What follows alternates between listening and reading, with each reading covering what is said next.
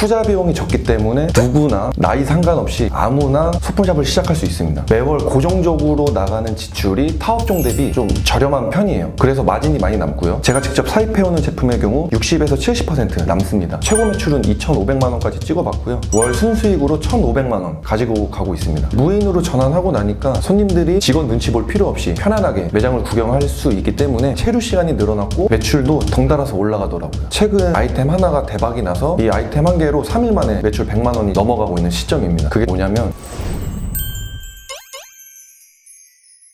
안녕하세요. 저는 경기도 용인에서 소품샵 연다굿즈를 운영하고 있는 이정래라고 합니다. 크리에이터의 창작 제품과 실용적이면서 거기에 귀염과 이쁨을 더한 제품들을 판매하고 있고요. 크게 카테고리로 말씀드리면 디자인 문구류, 패션 잡화, 액세서리, 홈 리빙 등등의 제품들을 취급하고 있습니다. 소품샵의 장점은 매월 고정적으로 나가는 지출이 타업종 대비 좀 저렴한 편이에요. 그래서 마진이 많이 남고요. 투자 비용이 적기 때문에 누구나 나이 상관없이 아무나 소품샵을 시작할 수 있습니다. 보통 소품샵 창업을 생각하시는 분들이 꼭 사입을 해와야지만이 운영이 가능하다고 생각하는데, 브랜드를 모집하면 소품샵 창업하는데 물건값이 들어가지 않게 창업할 수 있습니다. 소품샵 운영 경험이 쌓이면 충분히 다른 사업도 병행할 수 있다고 생각하고요. 하지만 초보 창업가 분들이 첫 시작부터 다른 사업하고 병행하는 거는 저는 좀 추천하지 않습니다. 쉬운 사업은 없기 때문이에요. 제가 창업을 시작할 때는 그렇게 레드오션은 아니었는데 지금은 사실 엄청 레드오션이라고 생각되고요. 하지만 뭐 N잡 시대인 만큼 저는 소품샵 시장의 전망이 좋다고 생각합니다. 부업하는 사람들의 비중이 많아질수록 소품샵의 전망은 더더욱 좋아질 거라고 생각합니다. 두 개 매장 매출이 비슷해서 1호점 기준으로 말씀드리면요, 첫 오픈을 했을 때 500만 원이 조금 안 됐던 것 같아요. 그 뒤로 마케팅 공부를 열심히 했고 그렇게 1,200만 원, 1,800만 원, 최고 매출은 2,500만 원까지 찍어봤고요. 월 평균 매출은 1,100만 원에서 1,500만 원 사이를 유지하고 있습니다. 마진율 같은 경우는 매장에 입점한 브랜드의 판매 수수료가 30%고요. 제가 직접 사입해오는 제품 같은 경우는 60에서 70%예요. 직접 제작하는 경우도 한 70% 정도 됩니다. 그래서 평균 마진 45% 정도로 잡으면 월 순수익이 500에서 700만 원 사이 됩니다. 두 개 매장 합치면 월 순수익으로 1,500만 원 가지고 가고 있습니다. 1호점 같은 경우는 손익분기점을 넘기는 데까지 5개월에서 6개월 정도 걸렸고요. 2호점 같은 경우는 3개월 걸렸습니다. 주말이나 크리스마스 그렇게 이벤트가 있는 달에는 성수기고요. 날씨가 좋으면 성수기고요. 날씨가 나쁘면 비수기예요. 소품샵 업종 특성상 계절에 따라 성수기, 비수기 이렇게 나뉘지는 않습니다. 브랜드를 모집해서 상품을 들여오고 있고요. 이에도 사입을 진행하고 있습니다. 브랜드 모집 비중을 70%, 나머지는 사입 비중이고요. 제작도 하고 있긴 한데요, 뭐 비중이 그렇게 크진 않아요. 볼펜이나 자석 이런 거 제작하고 있습니다. 브랜드 제품의 경우 판매 수수료가 30%고요. 처음 창업을 시작했을 때는 사입 제품은 단 한 개도 없었습니다. 인스타그램을 통해서 브랜드 모집 글을 올리고 있어요. 거기서 디자이너분들하고 소통하고 있습니다. 국내 사입의 경우 비중이 70%, 해외 사입은 30% 정도 됩니다. 제가 직접 사입해오는 제품의 경우 60에서 70% 마진이 남습니다. 국내 같은 경우는 배송이 빠른 대신 가격이 좀 높고요. 이게 장단점이라고 생각하고, 해외 사입의 경우 그 정반대라고 생각합니다. 국내에서는 도매국이라는 도매 사이트가 있어요. 거기서 제품을 사입해오고 있습니다. 해외 사입 같은 경우는 알리바바, 1688, 타오바오 같은 업체에서 사입하고 있습니다. 디자이너 분들의 제품 같은 경우는 별도 재고 보유 없이 전부 다 DP하고 있고요. 반면에 사입 제품 같은 경우만 재고를 보유하고 있습니다. 판매율이 좋은 제품 같은 경우는 재고를 50개에서 100개 정도 보관하고 있고요. 그 외에는 그냥 소량으로 보관하고 있습니다. 크리스마스 제품 같은 경우는 어차피 매년 크리스마스가 올 거기 때문에 그때 판매도 되고, 아니면 단가를 조금 낮춰서 떨이로 판매도 되고요. 손님들한테 서비스로 뿌리는 방법도 있습니다. 이외에 뭐 방법은 다양한 것 같아요. 진열 같은 경우는 최대한 깔끔하고 청결하게 관리하고 있습니다. 상품 진열은 매장 분위기를 조성하는 데 한몫할 뿐이지 사실 상품 진열이랑 판매는 그렇게 큰 관련이 없다고 생각해요. 왜냐면 어떤 제품은 구석에 있어도 손님들이 어떻게 찾아서 결제를 하시는데요, 반면에 또 어떤 제품은 매장 한 가운데 진열을 해놔도 판매율이 없는 경우도 있습니다. 그래서 본질에 좀 더 집중을 해야 된다는 생각입니다. 제품을 진열할 때 개수는 부피가 큰 품목 같은 경우는 3개에서 5개 정도로 진열하고 있고요. 부피가 작은 제품은 10개로 DP하고 있습니다. 어떤 특정 브랜드가 그 자리를 마음에 안 들어 할 수도 있기 때문에 보름에서 한 달 주기로 이 자리를 순환 배치하고 있습니다. 손님분들 같은 경우 오래 구경하시면 그게 신뢰라고 생각하세요. 반면에 이제 저희 입장에서는 그게 되게 좋은 건데, 무인으로 전환하고 나니까 손님들이 손님들이 직원 눈치 볼 필요 없이 편안하게 매장을 구경할 수 있기 때문에 체류 시간이 늘어났고, 매장 체류 시간이 늘어나니까 매출도 덩달아서 올라가더라고요. 이거는 단순 제 생각이 아니라 실제로 네이버 방문자 리뷰에서도 무인 매장이라 구경하기가 편했어요, 이런 리뷰가 점점 많아지고 있어요. 앞전에 무인 매장으로 전환하기 전에는 인건비로 2개 매장 총 500만 원을 지출했어야 됐는데, 지금은 무인으로 전환하고 나서 그 500만 원을 고스란히 세이브할 수 있게 되었습니다. 키오스크 새 제품 구매하게 되시면 한 300만 원에서 500만 원 정도 들어가는데, 이렇게 하면 비용이 너무 올라가다 보니까 당근마켓 들어가 보시면 중고로 저렴하게 나와 있는 제품들이 많이 있거든요. 저는 당근마켓에서 중고로 100만 원에 구매했습니다. 새 제품을 구매하면 관리비가 별도로 들어가는데, 기기를 중고로 구매하시면 월 관리비가 들어가진 않아요. 그거 이용하셔도 전혀 문제 없으니까 당근마켓을 통해서 구매하시는 걸 권해드립니다. 어차피 키오스크 기기만 구매하셔도 결제 소프트웨어 업체를 통해서 설치를 해야 되기 때문에 추후 기기 문제가 발생해도 그 소프트웨어 업체에 의뢰하시면 됩니다. 키오스크 소프트웨어 설치하는 데 들어간 비용은 15만 원입니다. 소프트웨어 업체가 하는 역할은 결제할 수 있는 결제 시스템을 설치해 주고요, 추후 장비 문제나 소프트웨어 이상 시 AS까지 해주는 역할을 하고 있습니다. 단순 결제뿐만 아니라 재고 관리까지 할 수 있는 장점이 있습니다. 보통 무인으로 창업을 시작하시는 분들이 키오스크 외에 출입문 인증 시스템을 설치하곤 하시는데, 이렇게 되면은 사실 손님들이 되게 불편하거든요. 인증을 하기까지 까다롭기 때문에 그 비용도 200만 원에서 300만 원 정도 만만치 않기 때문에 저 같은 경우는 출입 인증 기기를 설치하지 않고 매장을 운영하고 있습니다. 저는 소품샵 창업 경험이 있는 분들한테 무인 창업을 추천드리고요. 반면에 이제 처음 소품샵을 창업하실 분들이라면 무인으로 시작하시기보다는 매장에 직접 상주하셔서 봄, 여름, 가을, 겨울 계절별 우리 매장에 어떤 문제점이 있는지도 좀 확인해 보시고 고객님과 직접 대면하면서 서비스도 해 보셔야 장기적으로 사업하는 데 많은 도움 될 거라고 생각합니다. 온라인 판매를 시작하게 된 이유가 3가지 정도 있는데요. 첫 번째는 저희가 팝업 스토어를 진행했었는데, 이때 손님들께서 제품을 구매하고 싶은데 용인까지 오시기가 좀 멀다고 해서고요. 두 번째는 브랜드 규모를 키우기 위해서는 온라인은 필수다라고 생각을 했습니다. 마지막 세 번째는 저는 이제 억대 매출을 꿈꾸고 있는데, 이게 오프라인만으로는 억대 매출을 이루기가 좀 힘들더라고요. 그래서 온라인을 시작하게 되었습니다. 자사몰은 친구를 통해서 제작했습니다. 상세 페이지 같은 경우는 입점 브랜드한테 직접 받거나 아니면 사입 업체한테 받고 있습니다. 제가 별도로 제작하는 건 없어요. 지금 온라인이랑 오프라인 가격을 동일하게 유지하고 있고요. 이게 자사몰의 장점이라고 생각해요. 스마트 스토어나 쿠팡 같은 경우는 옆에 있는 아이템하고 가격 경쟁을 할 수밖에 없거든요. 울며 겨자 먹기로 단가를 낮출 수밖에 없는데, 자사몰 같은 경우는 경쟁할 대상이 없으니까 가격을 제 마음대로 책정할 수 있는 게 가장 큰 장점이라고 생각합니다. 온라인도 또 하나의 매장이라고 생각했고요. 그래서 저희의 컨셉을 위해서 스마트 스토어가 아닌 자사몰을 운영하게 되었습니다. 아직 온라인이 활성화된 지 얼마 안 돼서 좀 매출이 저조했었는데, 최근 아이템 하나가 대박이 나서 이 아이템 한 개로 3일 만에 매출 100만 원이 지금 넘어가고 있는 시점입니다. 유아 식기 아이템이에요. 크리스마스 시즌도 다가오고 있기 때문에 이제 주변에 선물할 그런 일들이 많잖아요. 그래서 그거에 맞게 상품을 기획했고, 예상했던 것과 동일하게 등록하자마자 판매율이 엄청 높아지고 있습니다. 그 위에도 뭐 짜잘짜잘하게 매출은 발생하고 있어요. 저는 다양한 SNS 통해서 광고 해보시라고 추천드리고요. 하지만 제가 해봤을 때 가장 가성비가 좋았던 게 인스타그램이랑 당근마켓입니다. 사실 인스타그램이나 당근마켓 광고 같은 경우는 별다른 팁은 없고요. 그냥 사진 10장 최대한 이쁘게 찍으셔서 매장 주변 반경 몇 킬로미터까지 사람들에게 노출시킬 건지 세팅하시고 일 광고비 책정하셔서 광고 시작 버튼만 누르시면 됩니다. 어려운 게 없어요. 인스타그램 같은 경우는 일 광고비 예산을 10,000원으로 잡았고요. 당근마켓 같은 경우는 매장이 2개라서 토탈 20,000원입니다. 그래서 총 하루 광고비 예산이 30,000원으로 진행하고 있습니다. 한 달 광고비 같은 경우 약 100만 원 정도 들어가는 것 같아요. 팝업 스토어를 어떻게 진행했냐면, 스위트 스팟이란 자영업자와 대형업체를 연결시켜주는 그런 중개업체가 있어요. 저는 이제 브랜드를 좀 더 많은 사람들한테 알리고 싶은 목적이 있었고요. 사실 소규모 업체 같은 경우는 다이렉트로 백화점이랑 소통하는 게 좀 어려워요. 그래서 중개업체 통해서 팝업 스토어를 현대백화점, 롯데백화점, 롯데몰에서 진행했었고요. 이 이후에도 교보문고에서도 팝업 스토어 제안이 들어왔던 적이 있습니다. 네이버 블로그 같은 경우 예전에 체험단을 이용했었는데 생각보다 효과를 잘 못 봤어요. 그래서 지금 체험단을 사용하고 있진 않고 직접 자체적으로 블로그를 작성하고 있습니다. 매장 홍보 차원에서 지금 유튜브 채널도 조금씩 운영하고 있습니다. 첫 창업을 시작했을 때 손님분들이 너무 없어서 굉장히 간절했던 기억이 있거든요. 그래서 손님들이 매장에 들어오시면 저는 카운터에 서서 인사드리는 게 아니라 사은품 하나 들고 직접 다가가서 인사드리면서 뭐 천천히 구경하세요, 이런 식으로 좀 전투적으로 서비스를 했습니다. 이걸 좋게 봐주셨는지 단골 고객분들이 엄청 많아졌어요. 저희 매장 같은 경우 VIP 손님분들이 계세요. 그래서 저희는 VIP 분이 입장하시면 타입해온 제품들 이제 하나씩 담아서 손님들께 서비스로 전해드리고 있습니다. 매장 운영 기준이 제가 아니라 손님을 기준으로 잡고 손님들이 좋아할 만한 분위기를 만들어 놓는다면 그 매장은 절대 망할 수 없다고 생각해요. 나에게 창업이란 목표 목표다. 왜냐면 새로운 목표를 가지고 계속 도전하고 있기 때문입니다. 저는 연다굿즈라는 브랜드를 단순 동네 장사 목적으로 시작한 건 아니고요. 기업화 시키고자 하는 목표가 있습니다. 지금 그 과정을 걷고 있다고 생각하고요. 뭐 어떻게 될지는 두고 봐야죠.